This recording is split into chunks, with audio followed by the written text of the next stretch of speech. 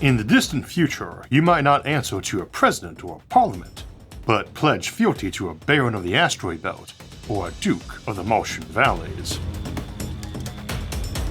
Feudalism in space, knights, mechs, and space lords. In the vacuum of space, where a single railgun blast can punch a hole through a starship's hull, who really holds power? Is it democratically elected councils back on Earth, or the warlord in an orbital fortress, clad in power armor, commanding a private fleet and a retinue of loyal retainers?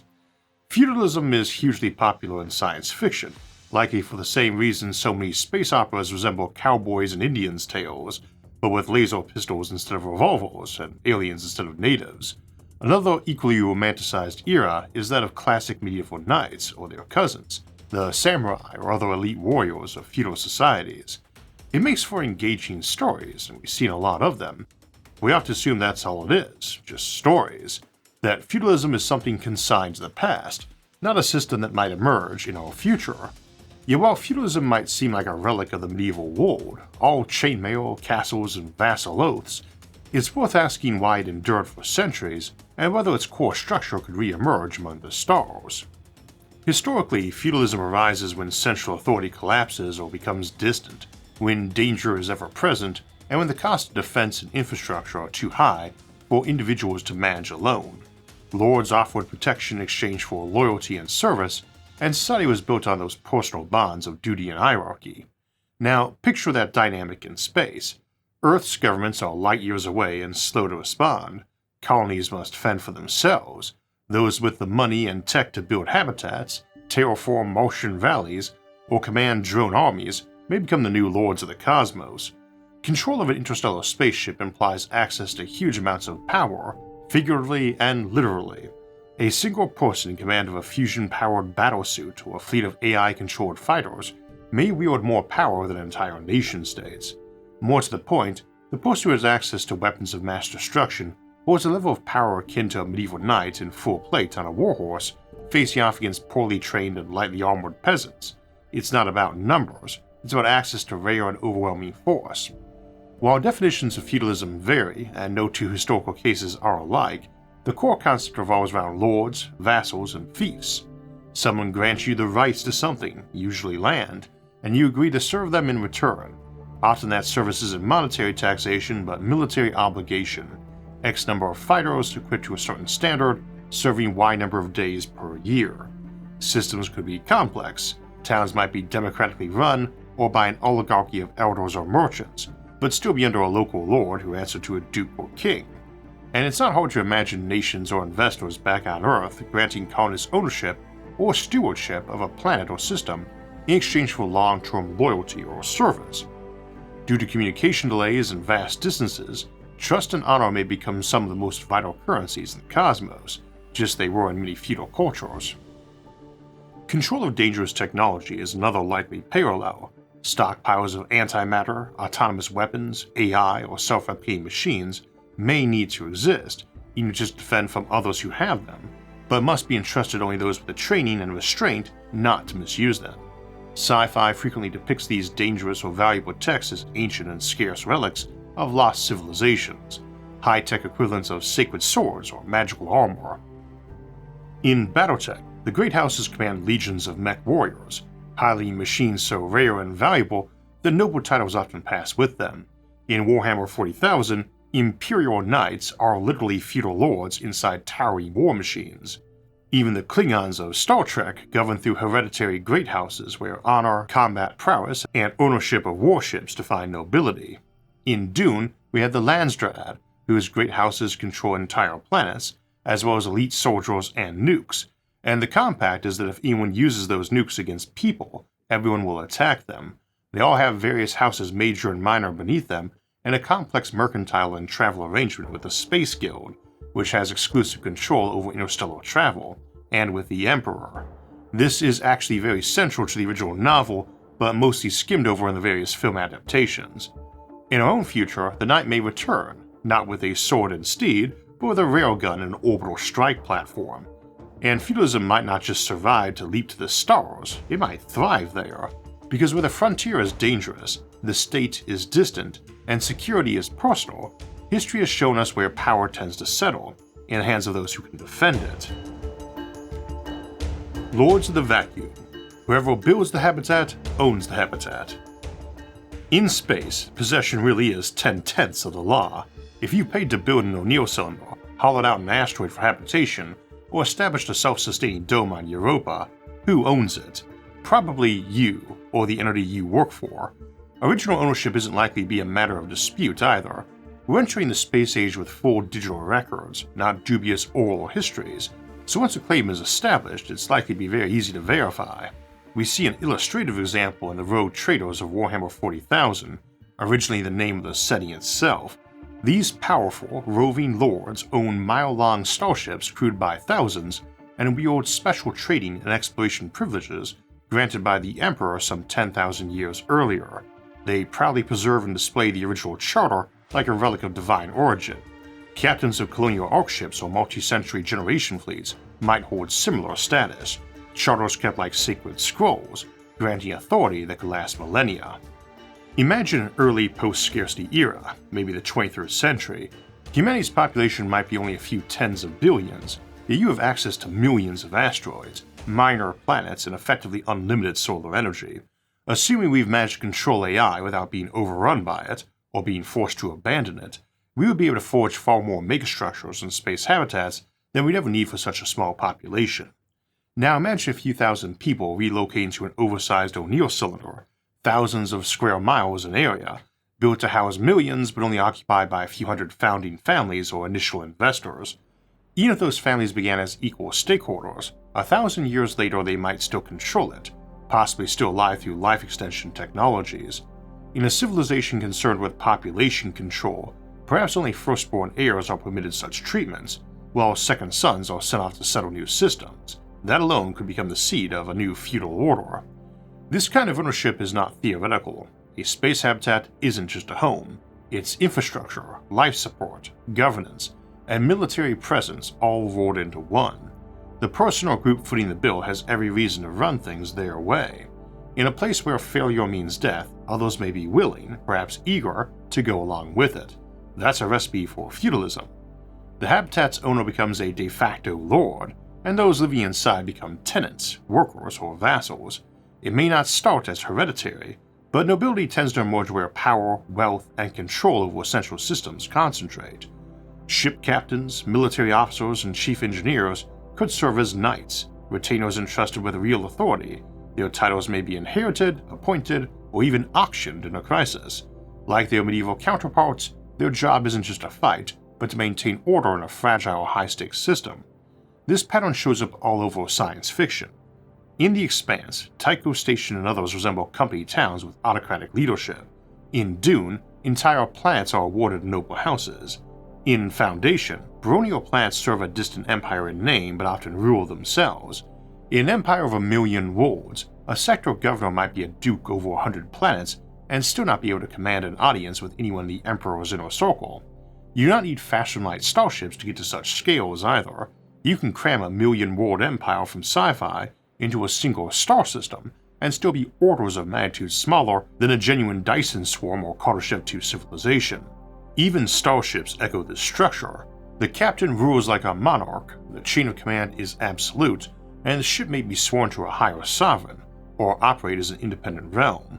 When governance is expensive, oversight is slow, and survival depends on loyalty and competence, feudal dynamics are not nostalgia, they are a blueprint. In the vacuum of space, those who build the shelter may very well own the souls inside it. Feudal claims on natural resources. In feudal societies, a ruler's wealth was often tied to the land they controlled. Today, knowledge is more important for wealth in many ways than land or resources. New York is a wealthy state because of its financial, knowledge, and cultural institutions, rather than because it has an abundance of farmland, rivers, or minerals to mine. In space, these more abstract forms of wealth may hold less value than the technologies needed to survive in space and control those resources to build and maintain those technologies. You could have guild-like institutions, which often coexisted with feudal lords, where some knowledge or skill was the asset the folks possessed, particularly in a future that seeks to restrict certain dangerous technologies, like artificial intelligence or weapons of mass destruction. But in a feudal society, land was not just real estate, it was power and wealth. Control of rivers, forests, and farmland meant control of the people who relied on them. Rights to mines, mills, bridges, ferries, and fords, along with who could hunt, glean, or graze on a harvested field, and what kind of animals or people were permitted and when, were all matters of life and death, often enforced with a level of pickiness that could put any modern condo board or HOA to shame. In a spacefaring civilization, land might take stranger forms: a cluster of asteroids, a stretch of orbital lanes, a frequency band of the electromagnetic spectrum, or access to a rare isotope refinery. As we spread into the solar system and beyond, valuable natural resources won't just be scattered across planetary surfaces, they'll be in orbital shells, Lagrange points, asteroid belts, and even specific vectors for solar sails or plasma drives. Some of these locations will be enormously strategic, offering economic or military value that far outweighs their apparent size or visibility. In such a world, owning a patch of terrain may mean having exclusive rights to mine a comet's water, guarantees on how many megatons you could sell or would be bought by some habitat or terraforming planet, control bandwidth around a relay hub, or harvest energy from a designated solar collector array. Rights to these resources might be granted by corporations, Earth-based governments, or interstellar alliances, but they may function very similarly to medieval fiefs, privileges given in return for loyalty, service, or tribute. Titles being cheap, I could well imagine the old ones being dusted off to add some glamour and extra prestige to the role. This isn't just theory either, it's already happening. On Earth, radio frequencies, orbital slots, and satellite trajectories are tightly regulated and licensed. Now imagine extending that logic to entire moons or to Mars' northern water deposits. Whoever controls the polar ice caps of a dry world effectively owns its future agriculture, industry, and settlement capacity. Same for whoever owns orbital mirrors warming things up or beaming down power. Being the person, group, or family everyone trusts to provide those without interruption or bias, as a matter of honor, becomes vital economically. In investment, stability and certainty are very valuable coins. That's why reputation is often so important now as it was back then. You might not like someone, but you trust them to keep providing a steady supply, especially with a single vital resource like the spice in Dune, where he who controls the spice controls the universe. Everyone outside of Dune mostly cared about a steady supply, because it allowed interstellar travel and granted them longer lives. The ethics and practices of the houses controlling Dune was a secondary consideration. In the Red Mars trilogy, colonists clashed over the ownership and control of Martian land and resources, especially as terraforming transforms its value. In Gundam, vast conflicts erupt over the rights to colonies, resources, and orbital control zones, often administered by hereditary elites. Even in less feudal settings, control of airlocks, radiation shelters, or launch windows can determine who lives and who dies.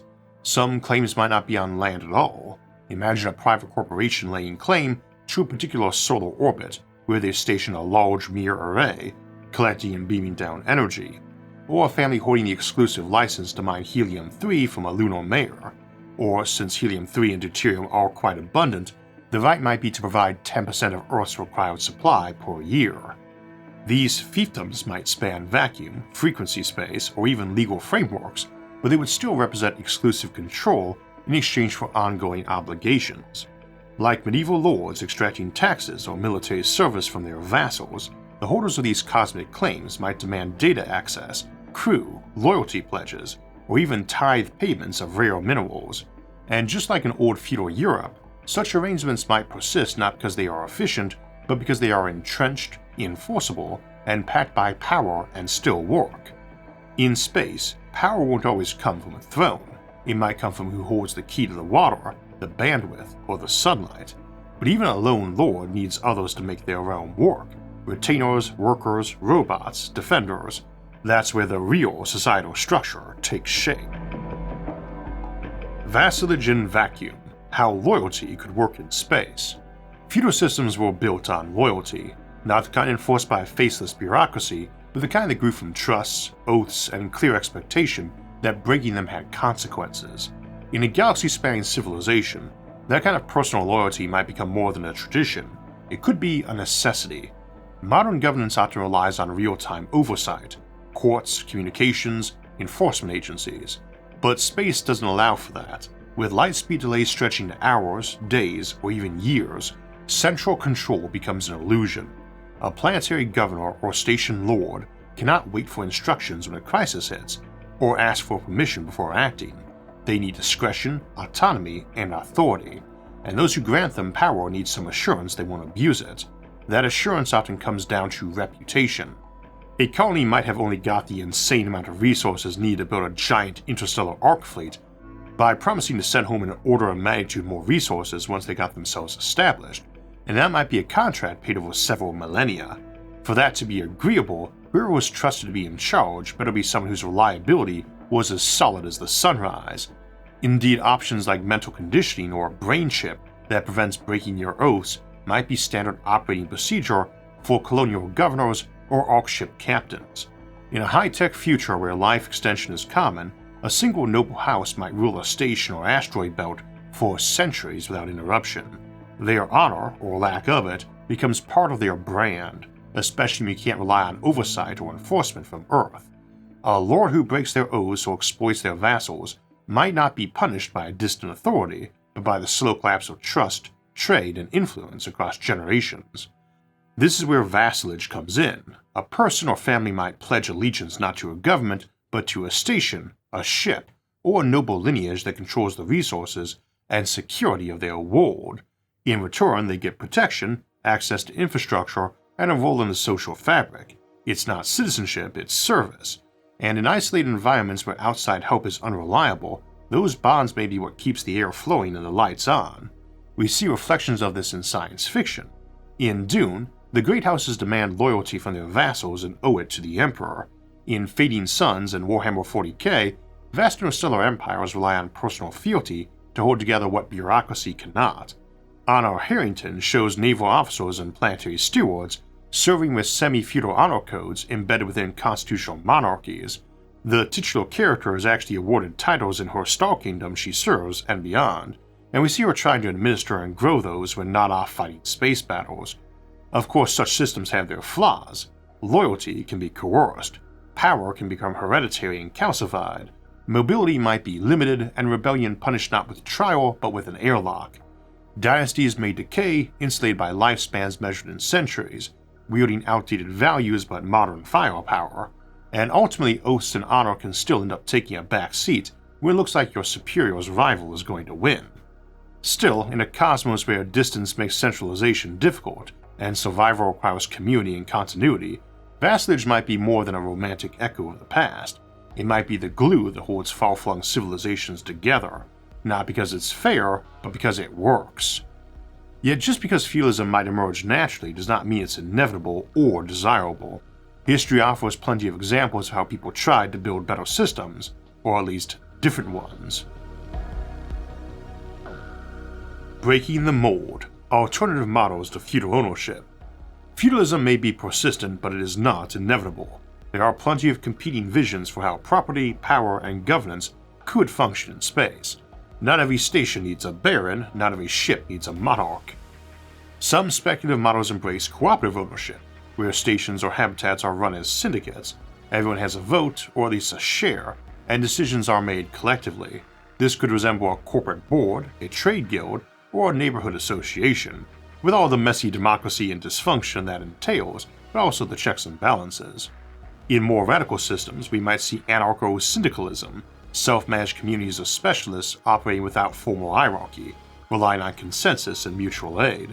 Science fiction from the dispossessed to the expanse has toyed with these ideas, though even the most idealistic systems often refer to de facto hierarchies over time. It could go the other way too, and we could see various collectives or hive minds. Blockchain governance and smart contracts offer another possible future, where ownership and obligation are encoded, trackable, and, in theory, incorruptible. Instead of swearing an oath to a noble house, you agree to a legally binding smart contract, perhaps enforced by autonomous systems or good old-fashioned techno-indoctrination and brain chips. Of course, such systems still rely on someone writing and interpreting the code, and someone controlling the enforcement drones. And then there's the wild card, AI-run estates. Perhaps the landlord is no longer human but a machine optimized for long-term stewardship. In theory, AIs could rule fairly, tirelessly, and without ego. In practice, well, that's where the dystopias usually begin. Those tend to make for better stories too, even if we prefer to live in something more utopian. But even in utopian settings like Star Trek, we see systems that bypass money, hierarchy, and traditional ownership, maybe only because extreme abundance and cultural consensus have replaced scarcity and competition. Until we reach that threshold, alternative models will need to compete with older, more entrenched systems, like feudalism, and abundance based on infinite resources tends to require careful limitation on use and growth, or it goes away. Whether built on principle or necessity, any system must contend with the realities of survival, power, and human nature, and in space, those realities take on strange new forms. We tend to assume our feudal knights of the future will have something more impressive than chainmail to wear, but could the animal kingdom produce its own superior armor? In Real Science's new episode, The Insane Biology of the Pangolin, we see how nature can often surprise us with impressive designs, including an animal with armor nearly impenetrable against predators like lions and hyenas. That is just one example of some of the awesome science content available on Nebula, the largest creator-owned streaming service, and home to Ourselves, Real Engineering, Answers with Joe, Up and Atom, and many more. It's also where you can see every episode of SFIA days early and ad-free, along with our monthly Nebula exclusive episodes like The Economics of Immortality, and tons of extended editions and bonus content from myself and many others. You can get all of it today. Get a lifetime membership for just $300 and unlock everything forever, or use my link go.nebula.tv/IsaacArthur to get 40% off, $36 a year. That's 12 months for the price of 7. Scan the QR code or click the link below to start watching now. Suit up and head off to go.nebula.tv/IsaacArthur to join and start watching exclusive content like The Insane Biology of the Pangolin and The Economics of Immortality. Would it work or collapse gloriously? Feudalism may seem medieval, but it's more than a quirk of history. Feudalism is resilient, but not without its flaws. On the plus side, it incentivizes long-term stewardship. A person invested in their land or station is motivated to care for it, develop it, and maintain social stability. It offers clear lines of authority, which can be vital in crisis, and personalized leadership, which can foster strong community bonds. But the drawbacks are significant.